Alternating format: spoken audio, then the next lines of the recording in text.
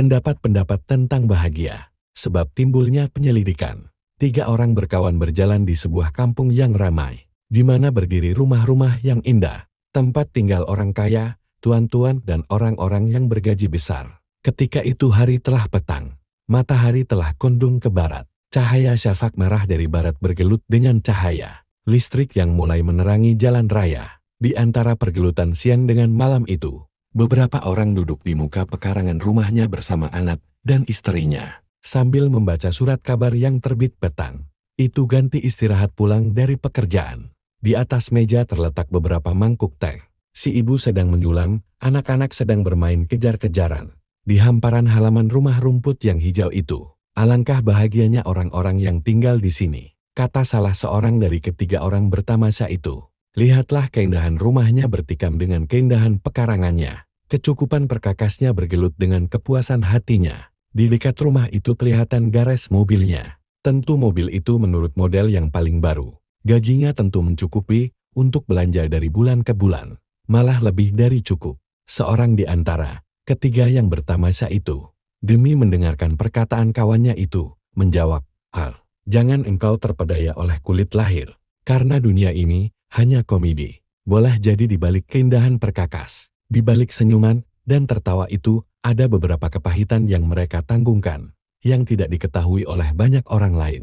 Banyak orang yang tertawa, sedang hatinya luka parah. Banyak orang yang tertipu, melihat cahaya panas di waktu terik di tanah lapang luas. Disangkanya cahaya itu air. Demi bila dia sampai ke sana hanya pasir belaka. Banyak sekali keadaan yang rahmat dipandang lahir, tetapi pada batinnya laknat. Hanya sekian perkataan yang menjawab. Kalau begitu apakah arti bahagia itu dan di manakah batasnya? Seorang mengatakan, bahagia itu didapat oleh orang yang mempunyai kekayaan cukup. Karena jika ada kekayaan, segala yang dimaksud tentu tercapai. Orang kaya di mana dia tinggal, perkataannya didengar orang. Salah-salah sedikit dimaafkan orang saja. Uang adalah laksana madu lebah segala. Macam semut dan kumbang datang menghirup manisannya. Sengsara ialah pada kemiskinan. Meskipun benar perkataan yang keluar dari bibir, kebenaran itu tidak akan tegar karena tidak bertulang punggung. Tulang punggung ialah harta. Di dalam satu perhelatan atau pesta, maka sultan-sultan dan baginda-baginda didudukan orang di kepala rumah. Sedang si miskin harus di muka jenjang saja. Yang lain mengatakan bahwa kemuliaan dan bahagia itu pada nama yang masyhur dan sebutan yang harum, mentereng, dijadikan orang buah mulut, dipuji ke tangan dan ke tepi. Itulah bahagia, katanya, yang lebih berharga daripada harta benda. Karena kekayaan dunia tidaklah akan dibawa mati, tetapi nama baik tetap diingat orang. Buah pikiran ini tiada mau putus-putus. Sebab itu timbullah keinginan hendak menyelidiki lebih jauh. Telah kita dengar bagaimana ukuran bahagia dan kaidah orang. Semua makhluk anak Adam ini rupanya ingin bahagia. Bukan saja mengetahui bahagia, tetapi mengecap bahagia.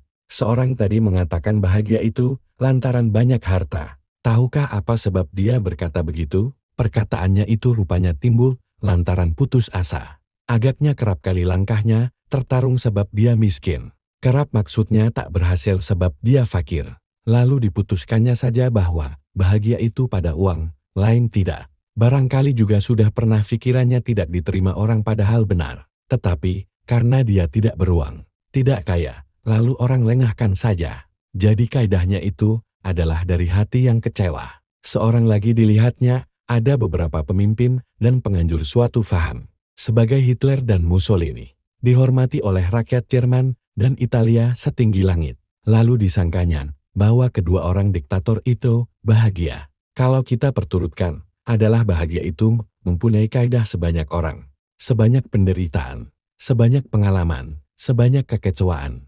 Orang fakir mengatakan bahagia pada kekayaan, orang sakit mengatakan bahagia pada kesehatan. Orang yang telah terjerumus ke lembah dosa mengatakan bahwa terhenti. Dari dosa itulah kebahagiaan. Seorang yang rindu atau bercinta mengatakan hasil maksudnya itulah bahagia. Seorang penganjur rakyat berpendapat bahwa kemerdekaan dan kecerdasan umat bangsa yang dipimpinnya itulah bahagia. Seorang perawan dusun bernama Asma binti Bahdal yang dikawini oleh Muawiyah bin Abu Sufyan berkeyakinan bahwa bahagia itu adalah kembali ke dusunnya. Di dalam pondoknya yang buruk, walaupun sekarang diam dalam istana yang indah. Seorang pengarang syair merasa bahagia jika syairnya jadi hafalan orang. Seorang jurnalis merasa bahagia jika surat kabarnya dan timbangan redaksinya difahamkan orang. Kita akan bertambah bingung memikirkan hal ini. Di manakah sebenarnya bahagia itu? Sebab itu kita cari buku-buku yang kita rasa penting. Karangan orang-orang tinggi filsafat, tasawuf dan pengalamannya, adakah tersimpan di sana bahagia itu? Buku-buku itu bertemu. Kita kumpulkan keterangannya menjadi satu. Kita susunkan menjadi suatu karangan. Untuk menjadi suluh penuntut bahagia. Tetapi belum lagi bahagia. Maka adalah kebahagiaan yang kita cari itu terlalu tinggi. Kita semuanya hanya mengumpulkan pendapat orang lain. Karena demikianlah kita ini di dalam hidup. Kadang-kadang pendapat mereka itu belum pernah dirasainya. Hanya di angan-angannya begitulah agaknya. Kadang-kadang pula telah dirasainya. Tetapi tak sanggup dia melukiskan dengan puas. Karena tidak mudah lagi manusia itu menerangkan segala kelezatan yang dirasainya. Tetapi dengan membaca pendapat-pendapat budiman itu, moga-moga terobatlah hati kita. Timbul keinginan menuju ke sana. Dan tercapai oleh kita bahagia. Walaupun tidak seluruhnya, sebagian pun cukuplah. Pendapat budiman tentang bahagia. Ditanyakan orang kepada Yahya bin Khalid al-Barmaki. Seorang wazir yang masyhur di dalam daulat Bani Abbas, apakah bahagia itu? Tuanku, jawabnya, sentosa perangai, kuat ingatan, bijaksana akal, tenang dan sabar menuju maksud. Kebahagiaan itu pernah dinyanyikan oleh seorang ahli syair bernama Hutai'ar. Demikian, menurut pendapatku, bukanlah kebahagiaan itu pada mengumpul harta benda, tetapi takwa akan Allah itulah bahagia. Takwa akan Allah itulah bekal yang sebaik-baiknya disimpan. Pada sisi Allah sajalah kebahagiaan para orang yang takwa. Ahli syair yang lain, yang amat masyhur dalam perkembangan agama Islam, yaitu Zaid bin Thabit. Ahli syair Rasulullah Shallallahu Alaihi Wasallam berkata, jika petang dan pagi seorang manusia telah beroleh aman sentosa dari gangguan manusia, itulah dia orang yang bahagia. Orang yang berpegang teguh dengan agama. Kebahagiaannya ialah pada meninggalkan barang yang terlarang, mengikut yang tersuruh, menjauhi yang jahat, mendekati yang baik.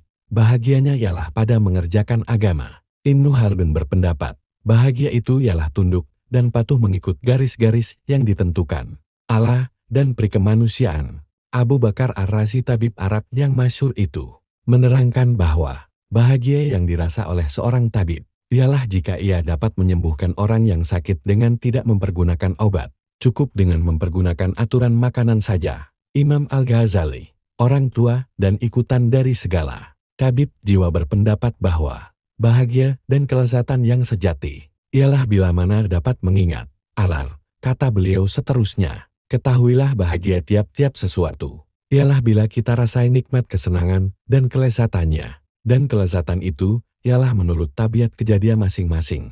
Maka kelezatan ialah melihat rupa yang indah, kenikmatan telinga mendengar suara yang merdu. Demikian pula segala anggota yang lain di tubuh manusia. Adapun kelezatan hati ialah teguh marifat kepada Allah, karena hati itu dijadikan ialah buat mengingat Tuhan. Tiap-tiap barang yang dahulunya tiada dikenal oleh manusia, bukan buatan gembiranya jika telah dikenalnya. Tak ubahnya dengan orang yang baru pandai bermain catur. Dia tidak berhenti-henti bermain, meskipun telah dilarang berkali-kali. Tidak sabar hatinya kalau tidak bertemu dengan buah dan papan catur itu.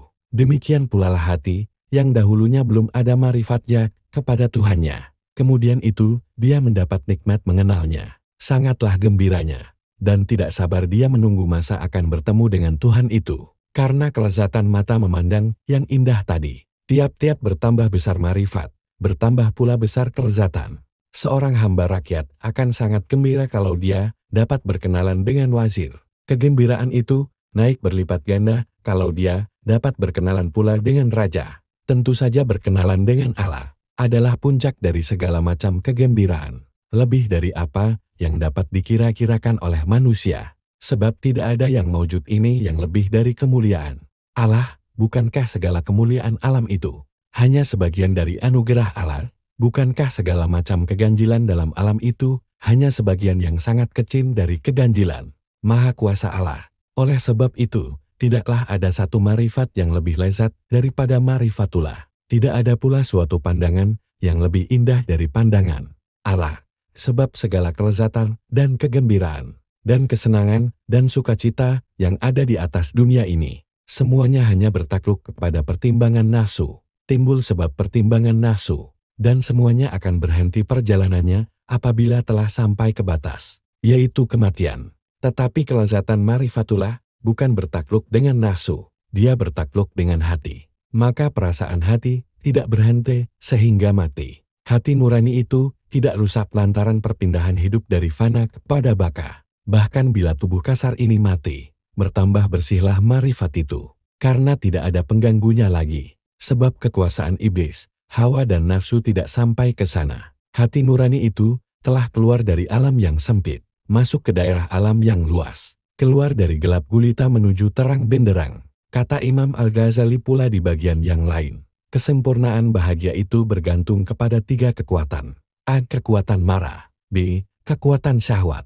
C. Kekuatan ilmu. Maka sangatlah perlunya manusia berjalan di tengah-tengah di antara 3 kekuatan itu. Jangan berlebih-lebihan menurutkan kekuatan marah, yang menyebabkan mempermudah yang sukar dan membawanya kepada binasa. Jangan pula berlebih-lebihan pada kekuatan syahwat sehingga menjadi seorang yang humuk pandir, yang membawa kerusakan pula. Maka jika kekuatan syahwat dan marah itu ditimbang baik-baik dan diletakkan di tengah-tengah, luruslah perjalanannya menuju petunjuk Tuhan. Demikianlah pula dari hal marah. Kalau kemarahan itu berlebih dari yang mesti, kejadian memukul dan membunuh. Tetapi kalau dia kurang pula daripada yang mestinya, hilanglah diri dari perasaan cemburu gira, dan hilang pula perasaan bertanggung jawab atas agama dan keperluan hidup atas dunia. Tetapi kalau marah terletak di tengah-tengah, timbullah kesabaran, keberanian dalam perkara yang memerlukan keberanian, dan segala pekerjaan dapatlah dikerjakan menurut hikmat. Demikian pula halnya dengan syahwat. Kala syahwat itu bertambah-tambah, terjadilah fasik melanggar perintah Tuhan, onar. Kala syahwat kurang tegur, terjadilah kelemahan hati dan pemalas. Kala syahwat berjalan di tengah-tengah, timbullah ifal. Artinya dapat memerintah diri sendiri dan kana'at, yakni cukup dengan apa yang ada serta tidak berhenti berusaha.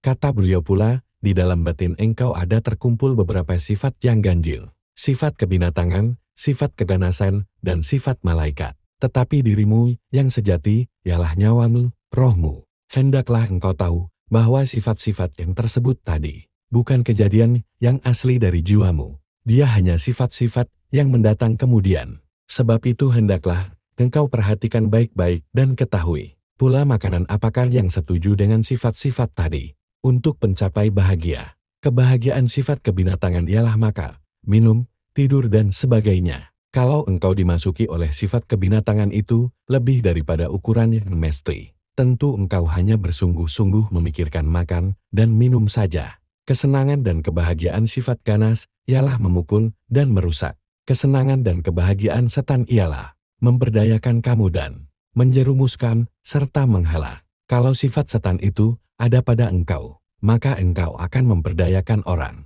menjerumuskan orang kepada kesesatan, menghela-hela, memutar-mutar duduk perkara. Sebab dengan demikianlah tercapai kebahagiaan dan kesenangan setan. Adapun kesenangan dan kebahagiaan sifat malaikat ialah menyaksikan keindahan hadrat, rububiyah, keindahan hikmat ilahiyah. Marah dan syahwat tidak berpengaruh atas orang yang bersifat begini. Kalau engkau mempunyai sifat dari jauhar malaikat ini, hendaklah engkau bersungguh-sungguh menyelidiki asal kejadianmu, sehingga akhirnya engkau tahu jalan manakah yang harus ditempuh untuk mencari hadrat rububiyah itu, sampai akhirnya engkau beroleh bahagia yang mulia dan tinggi, yaitu musyahadah, menyaksikan keindahan dan ketinggian Maha Tuhan, terlepas dirimu dari ikatan syahwat dan marah. Di sanalah engkau akan mengetahui kelak bahwa syahwat dan kemarahan itu dijadikan Allah atas dirimu, bukan supaya engkau terperosok dan tertawan, tetapi supaya engkau dapat menawannya. Dapatlah keduanya engkau pergunakan, jadi perkakas untuk mencapai maksudmu, menuju jalan marifat tadi. Yang satu engkau jadikan kendaraan, yang lain engkau jadikan senjata, hingga mudahlah engkau mencapai keberuntungan, bahagia dan kesenangan. Kalau engkau lihat salah satu anggota kerajaan hati itu melanggar undang-undang hidup, yaitu salah satu dari syahwat dan marah, hendaklah engkau lawan sepenuh tenaga. Jika dia kalah sekali-kali, jangan dibunuh. Karena kerajaan hati tidak akan sentosa kalau keduanya tidak ada lagi. Kalau engkau jalankan resep demikian, tentu akan beroleh bahagia. Dapat engkau memegang dan mempergunakan nikmat Allah menurut yang mestinya. Tentu pada suatu waktu yang telah ditentukan Tuhan di dalam azalnya. Engkau akan beroleh peringatan kehormatan yang tinggi daripadanya. Kalau engkau langgar petaruh ini, tentu engkau celaka. Engkau dapat siksa yang bukan seperti yang membuat engkau menyesal. Sekianlah keterangan Imam Al-Ghazali. Dari keterangan beliau itu, maklumlah kita pendirian Imam Al-Ghazali, bahwa kebahagiaan itu ialah pada kemenangan memerangi nafsu dan menahan kehendaknya yang berlebih-lebihan. Itulah yang bernama peperangan besar, lebih besar dari menaklukkan negeri. Nabi Muhammad S.A.W. kembali dari peperangan Uhud yang paling besar. Tidak ragu lagi bahwa orang yang menang dalam peperangan yang demikian lebih daripada segala kemenangan. Tetapi Nabi kita berkata bahwa kembalinya dari perang Uhud itu ialah kembali dari perang yang sekecil-kecilnya, menempuh perang yang sebesar-besarnya, yaitu perang dengan nafsu. Maka kemenangan di dalam peperangan dengan nafsu ini ialah induk dari segala kemenangan. Karena orang yang berperang ke medan perang itu sendiri, ada juga yang mencari nama dan kemegahan. Pada lahir ternama, pada batin amalnya belum tentu diterima Tuhan. Sedang orang yang berperang dengan nafsu itu, kerap kali tidak dilihat manusia lahirnya kemenangan itu, tetapi tertulis dengan jelas di sisi Tuhan.